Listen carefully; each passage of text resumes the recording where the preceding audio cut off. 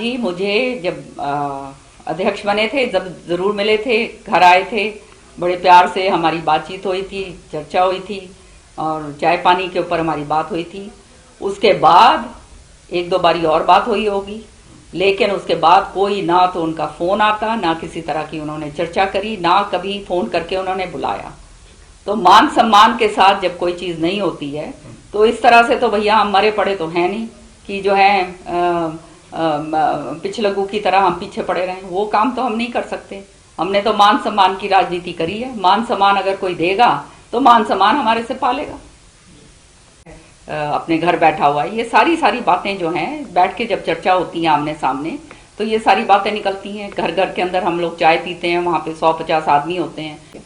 तो ये सारे इनके जरिए जो है सारा हम एक राजनीतिक लोग होने के नाते जो है अपनी बात जो है इस तरह से डिसेमिनेट कर सकते हैं। तो ये बातचीत करने के लिए और उनको जो है कांग्रेस के अंदर दोबारा से जोश भर के उनको आगे लाने के लिए ये चुनाव भी है, बीजेपी की तरफ से भी कैंडिडेट घोषित कर दिया। क्या है कि हमेशा शुरू से जब भी कोई भी चयन की प्रक्रिया होती है एआईसीसी के अंदर बैठक बुलाई जाती है जिसके अंदर सारे सीनियर नेताओं को आमंत्रित करा जाता है। सारे आप जानते हैं, रणदीप है, हमारी शैलजा जी हैं, क्या नाम है इनका, हमारे कैप्टन यादव हैं, मैं हूं। तो ये सब इकट्ठे मिलकर हमारे हुड्डा साहब हैं, सारे सब मिलकर अध्यक्ष के साथ जो है और प्रभारी के साथ बैठकर ये मंत्रणा होती है। जिसके आवेदन आते हैं उन आवेदनों के ऊपर जो है फिर चर्चा होती है कि कौन सा सही है, कौन सा नहीं है,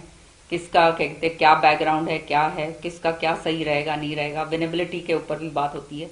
तो ये सारी बातें जो है हमेशा बड़ौदा उपचुनाव में भी हुई, एलनाबाद वाले में भी हुई, अपने इसमें ये जो जींद का जो उपचुनाव था उसमें भी ऐसे ही प्रक्रिया हुई। लेकिन जो है इस बारी तो कोई हमारे से कोई सलाह मशवरा की बात, मीटिंग की तो बात छोड़िए, फोन के ऊपर सलाह मशवरा तक नहीं करा गया। मैम ऐसी क्या वजह है? प्रभारी विवेक बंसल मतलब नजर नहीं आ रहे आजकल, आप लोगों को बुलाया नहीं जा रहा है, कौन सी वजह है कि आप तमाम जो सीनियर लीडर्स हो उनको साइड में करके कांग्रेस आगे बढ़ने का काम करने का प्रयास करें? देखिए, मैं आज ना तो सीएलपी लीडर हूं और ना मैं प्रदेश अध्यक्ष हूं। ये काम उन दोनों का होता है, तो ये आप उनसे पूछेंगे तो वो ज्यादा अच्छा रहेगा, क्योंकि हम थोड़ा ना बुला सकते हैं। ये सारा काम जो है पार्टी का जो सिस्टम है, औपचारिकता है, वो तो पदाधिकारी जिनके पास जो हैं उनके जरिए होता है। कुलदीप बिश्नोई आपकी पार्टी को अलविदा कह गए, अनिल धमतोड़ी कह गए, क्या वजह मानते हैं इसके पीछे? अब अपनी अपनी वजहें रही हैं, वो उनकी जो है उनके बारे में तो मैं क्या कह सकती हूँ। सब जो है चुनाव के अपना अपना जो राजनीतिक लोग हैं वो अपना धरातल जो है संभालते हैं, देखते हैं कि कहाँ पे उनका सही है, तो उस हिसाब से अपने जाते हैं। तो इस बात के ऊपर तो मैं क्या कह सकती हूँ।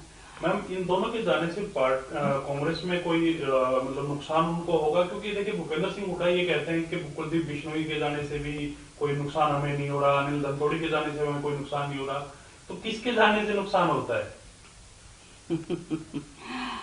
अब ये इसके ऊपर तो मैं क्या कहूँ। देखिए, सच्चाई तो ये है कि अपने घर का कोई भी व्यक्ति जब छोड़कर जाता है तो नेचुरली घर की नींव कमजोर तो होती ही है, इसमें तो कोई शक की बात नहीं है। लेकिन ये है कि कांग्रेस पार्टी मजबूत है, ऐसी बात नहीं है कि इतनी जल्दी हिल जाए। आप जाएंगे आदमपुर में? बिल्कुल, मुझे जो भी बुलाया जाएगा तो मैं जरूर जाऊंगी, क्यों नहीं जाऊंगी। कांग्रेस के लिए पूरी तरह से जो है प्रचार करूंगी। अगर कैंडिडेट ने मुझे बुलाया, बिना बुलाया तो मैं कहीं नहीं जाऊंगी।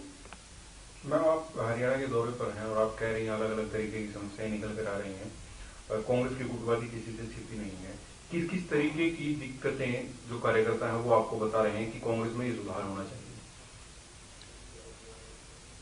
मैं तो देखिए गुटबाजी में विश्वास बिल्कुल नहीं करती और सबके साथ चलने के लिए मैं तैयार रहती हूँ।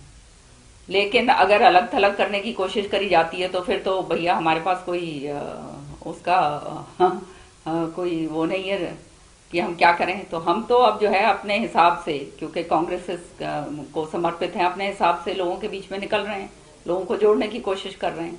बहुत सारे लोग ऐसे हैं जो अपने आप को उपेक्षित महसूस करते हैं, जिन्होंने कांग्रेस के अंदर बहुत सालों से काम करा है और जो आज जो है बिल्कुल ही अपने आप को अलग थलग महसूस कर रहे हैं।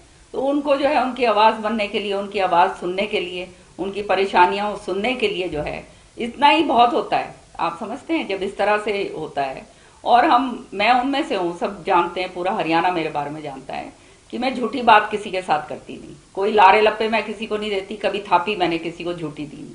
अगर किसी को कुछ बात कह दी है करने के लिए कि भाई ये मैं करूंगी तो फिर मैं जरूर करती हूँ। तो कांग्रेस कार्यकर्ता को इस बात का विश्वास है कि भाई ये जो कहेगी वो करेगी, नहीं तो ये कहेगी नहीं।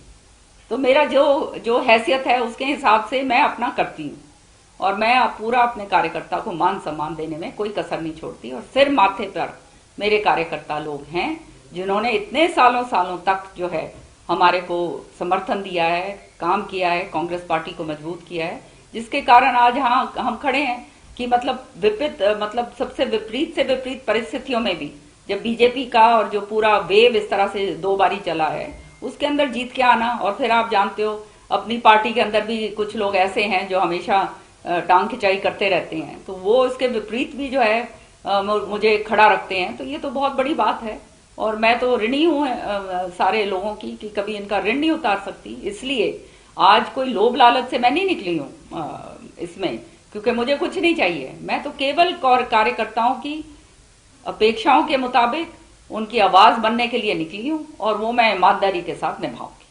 आप अभी गए, कुछ लोग अपनी पार्टी में टांग खींचने लग जाते हैं और फिर भी कार्यकर्ता आपको जिताते हैं। चर्चाएं ऐसी शुरू हो गई, जो बीजेपी के लोग हैं वो भी ऐसा कहते हैं किरण चौधरी की अलग कांग्रेस चल रही है, हुड्डा की अलग कांग्रेस चल रही है, कुमारी शैलजा की अलग कांग्रेस। कैसे आप 2024 का जो रण है उसको भेज पाओगे? देखो, कोई कौन क्या कहता है उससे मुझे कोई मतलब नहीं है। मुझे तो अपना काम करना है और वो काम मैं शुरू से करती आई हूँ। मैंने बड़े ईमानदारी के साथ काम करा है। कोई जो है वो जैसे मैंने आपको कहा, कोई दूसरा मेरी राजनीति जो है आगे पीछे वाली राजनीति नहीं है, साफ सुथरी राजनीति है। और जो है ये इसको मैं आगे बढ़ाने के लिए अपना काम कर रही हूँ। जो हमारे साथ जुड़ना चाहता है जुड़े, जो हमारा साथ लेना चाहता है वो हमारा साथ आए। हमारे को तो कोई परेशानी नहीं है, किसी से हमारे को ये नहीं है कि भाई इससे हमारे को तकलीफ है या इससे तकलीफ है, इससे तकलीफ है। हम तो पॉजिटिव काम करने के लिए निकले। पॉजिटिव जो है हमारी जो है एनर्जी है, पॉजिटिव हमने काम करना है, नेगेटिव काम नहीं करते। मेरे बहुत सारे शुभ चिंतक मेरी पार्टी में बैठे हैं जो इस तरह का जो है सोचते, जिनकी सोच है कि भाई इसको नीचे ढा दो, इसको अलग थलग कर दो। तो ये मैं जो है इस तरह से इतना तो दम कम मेरे अंदर भी है और पूरे हरियाणा के अंदर है, हमारे लोग हैं, तो वो जो है वो सामने नजर आ ही जाएगा।